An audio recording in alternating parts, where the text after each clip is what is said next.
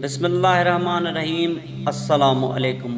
حضرت ابو امامہ راوی ہے کہ ایک آدمی نے رسول اللہ صلی اللہ علیہ وآلہ وسلم سے پوچھا، یا رسول اللہ صلی اللہ علیہ وآلہ وسلم، ایمان کی سلامتی کی علامت کیا ہے؟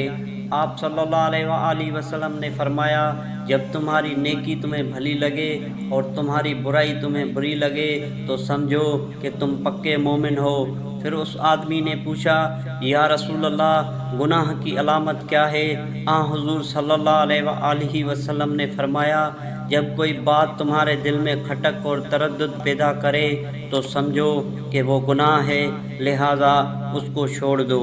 تشریح: سوال کا مقصد یہ تھا کہ کوئی ایسی واضح علامت بتا دی جائے جس کے ذریعے ایمان کی سلامتی و استقامت کا اندازہ کیا جا سکے۔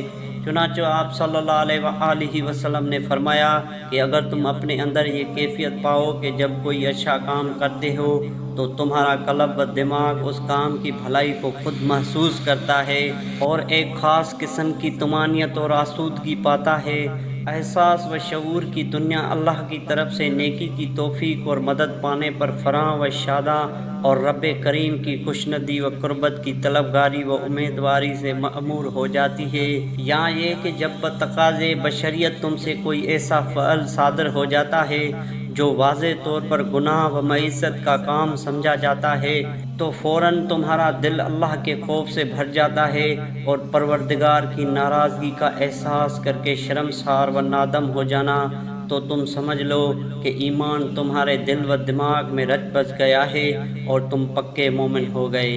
کیونکہ نیکی اور بدی کے درمیان امتیاز کرنا اور ثواب اور گناہ کا احساس و شعور پیدا کرنا صرف ایمان کے خلاصے ہیں۔ اخروی جزا اور سزا اعتقاد جو قلب مومن میں ہوتا ہے وہ غیر مومن کے قلب میں نہیں ہوتا۔ دوستو، ویڈیو اچھی لگے تو چینل کو سبسکرائب ضرور کر دیجیے گا۔ اللہ حافظ۔